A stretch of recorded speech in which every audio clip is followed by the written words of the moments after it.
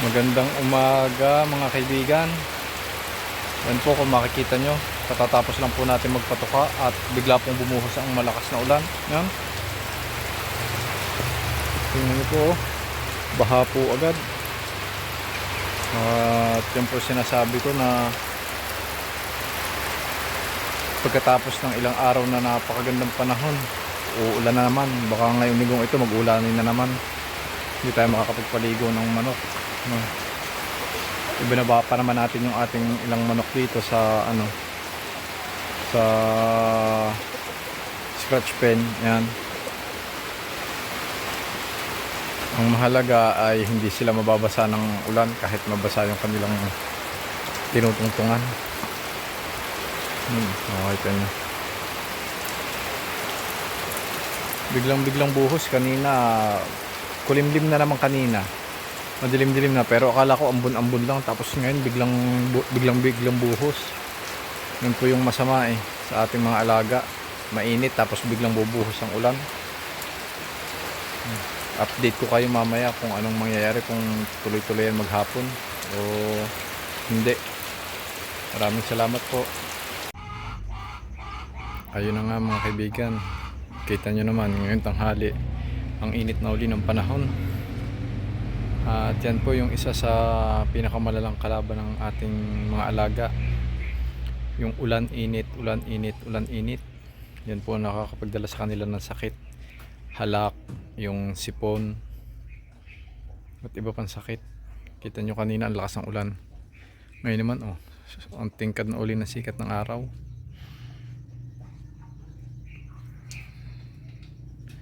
Yan po ang isa sa problema. Hindi po natin masabi, ang panahon pabago-bago. Yung atin po mga manok, syempre pag umulan malamig yan, tapos sabay init, tapos yung tubig na nasa lupa sisingaw yan, malalanghap ng ating mga manok. Pagka sensitive sila, madali silang kapitan.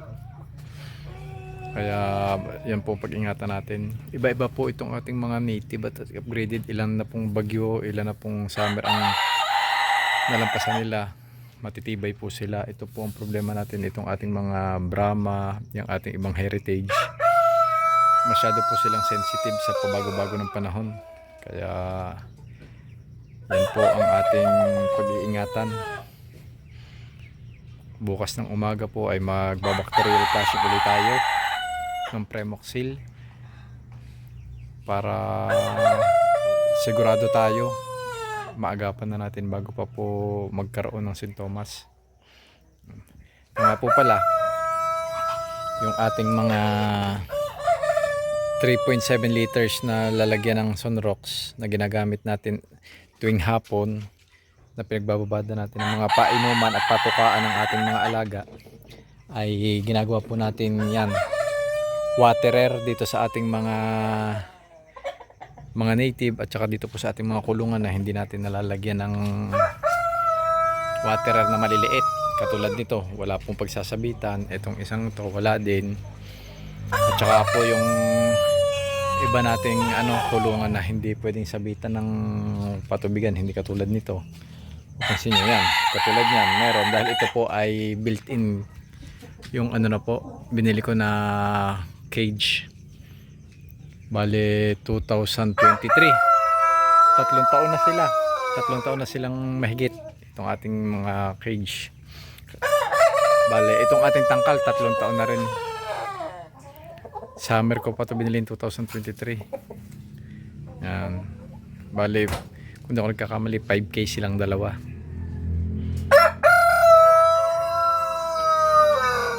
Yan, tandaan nyo, katulad nyan, nasa lapag po sila.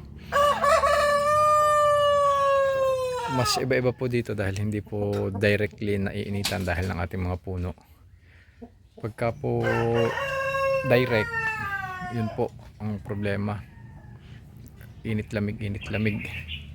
Ito pong ating isang pipay ay inihiwalay ko po kanina dahil nakitaan ko po agad ng sintomas. Yan, maputi po yung kanyang ipot at medyo tamlayin po siya. Inihiwalay na po agad natin. Pipay, magkain na ikaw? Kain ikaw dito, baby. Shh, Pipay. Kain ikaw dito, oh. Ito ka. Yan po, inihiwalay na po agad natin. Napainom na po agad natin ng sulfar. Dahil yung puti pong ipot ay, kung di ako nagkakamali, salmonella. Kaya inagapan na po agad natin.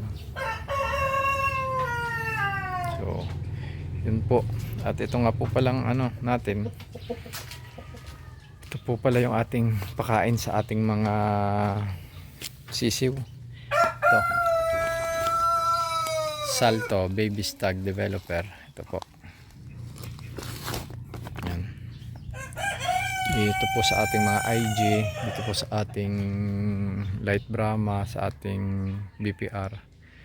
Yung mga 4 months below, yan po ang ating pakain. Tapos mag-adjust po tayo pag nag-4 months sila.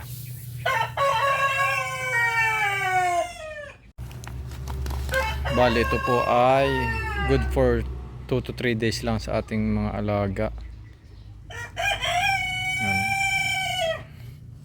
Kaya minsan bumibili po tayo agad ng 10 piraso.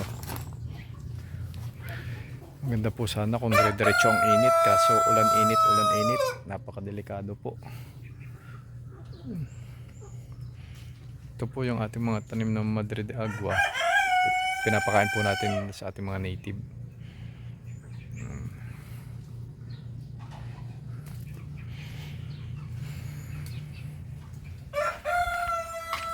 Tingnan nyo po.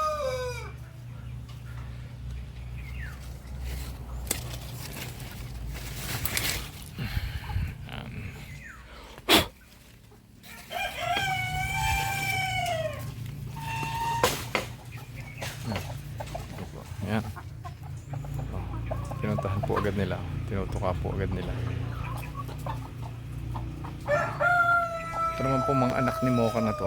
Ay bali takot pa po sila sa kasamahan nila yan. Oh. Yan po. Bali 3 po sila eh. Yung isa lagi nakahiwalay.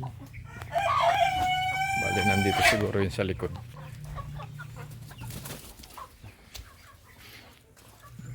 Oh, wala. Baka nando sa dulo.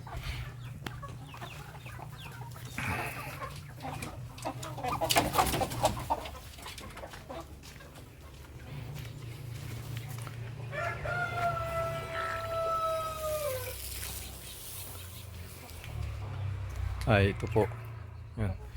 Nakatago po dito. Yan, dahil binubuli po siya. At yun nga po. Nakikita nyo, binuli po siya. Tinuka po yung kanyang feather. Kaya sprayan po natin ito.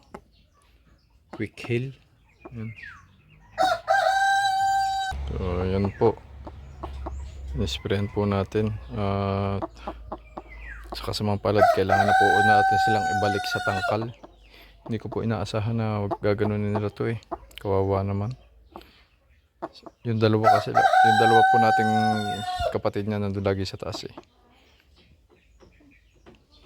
Oh, yan mga kaibigan, makikita nyo nasa kulungan na po siya. Mukhang matamlay po yan. Kaya kailangan nating ikulong. So, ito yung ating mga IG. Dahil sabi po sa akin nung aking nakuna ni Sir Jess, bawal daw po silang ma-overfeed. Kaya ang ginagawa po natin, 3 times po natin sila pinakakain. Bale 50 grams sa tanghali, 50 grams sa hapon, at 100 grams sa umaga. Kaysa 100 grams sa umaga at 100 sa hapon, ginagawa po natin na tanghali 50, tapos sa hapon 50 para tunaw na po yung kanilang nasa butchi-butchi, medyo magaan na, na-release na rin po nila yon para hindi po sila masyadong mabigatan, dahil prone po sila sa bali ng paa dahil sobrang tangkad po nila. Tapos pag sobrang bigat po nila habang bata pa, bumibigay po yung kanilang mga paa. Kaya yun po ang ginagawa natin.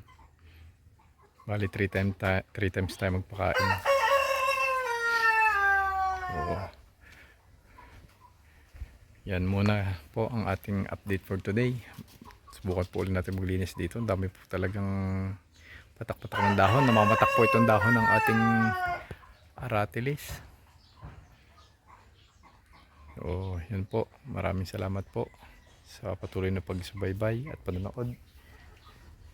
Kita-kita po ulit tayo sa next upload natin. Salamat po. God bless.